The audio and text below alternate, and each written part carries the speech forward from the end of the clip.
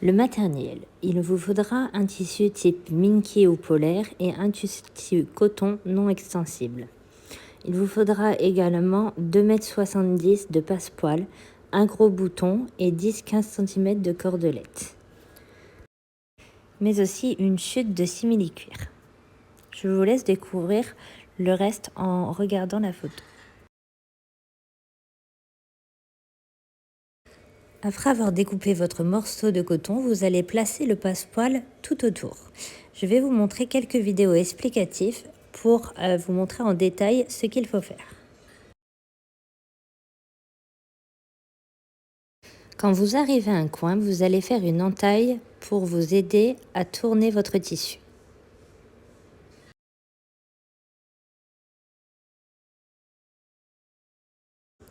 Maintenant, voilà comment vous devez procéder pour faire votre raccord de passepoil.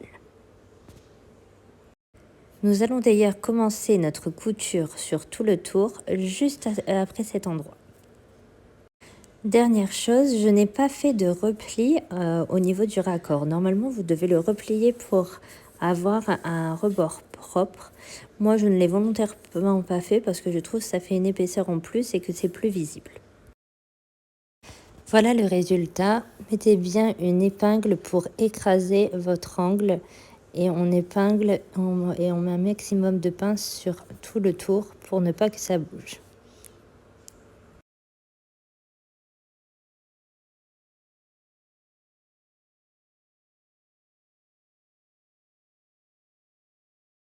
Vous allez coudre précisément ici, directement sur la couture du passepoil.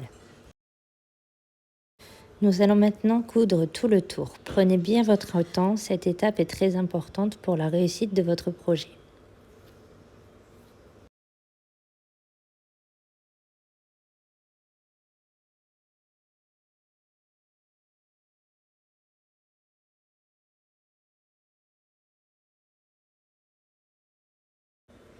Maintenant, nous allons dégarnir et cranter nos angles. Attention, on crante jusqu'à la cordelette, mais sans la couper.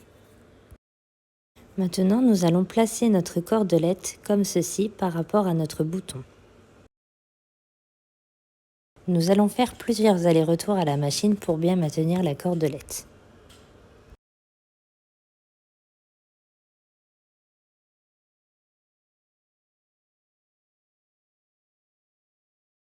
Une fois votre cordelette cousue, placez-vous tout près au plus près du passepoil et maintenez avec des épingles votre pièce de simili-cuir. Nous allons maintenant coudre tout le tour.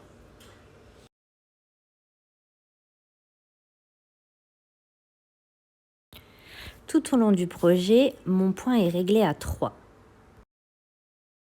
Maintenant, nous allons maintenir avec une épingle notre cordelette comme ceci vers l'arrière.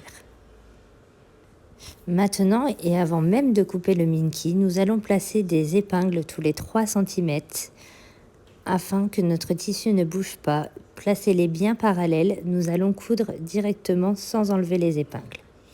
Voilà le résultat. Donc, vous allez laisser une ouverture de 10 cm sur le côté opposé à votre pièce de simili-cuir. Nous allons pouvoir coudre maintenant tout le tour.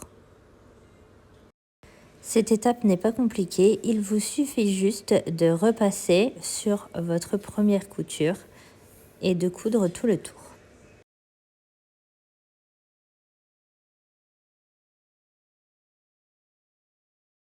Maintenant, nous allons cranter les 4 coins et les dégarnir s'il faut, comme vous l'avez fait avec votre tissu coton.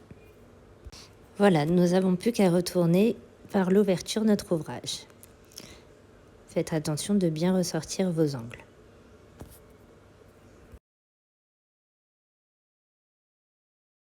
Enlevez l'épingle qui vous a aidé à maintenir votre cordelette.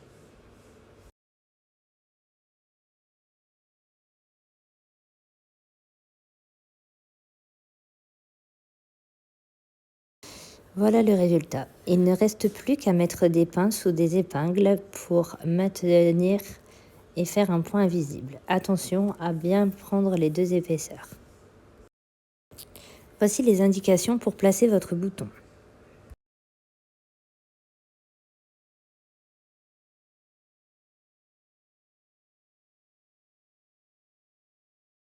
Petite vidéo pour vous montrer comment placer le chèche. Une fois que vous l'avez mis sur vos épaules, vous allez replier le dessus pour que votre bouton arrive au bas de votre épaule. Ensuite, vous attachez la cordelette et il ne vous restera plus qu'à bien faire un col sur le dessus en repliant et puis placer l'arrondi bien au milieu. À côté, vous pouvez voir le bandeau cache-oreille que j'ai réalisé. En fait, mon but est de coudre avec vous un ensemble pour l'hiver avec seulement 50 cm de tissu. 50 cm de tissu coton, 50 cm de tissu Minky. Qui a dit que la couture était chère?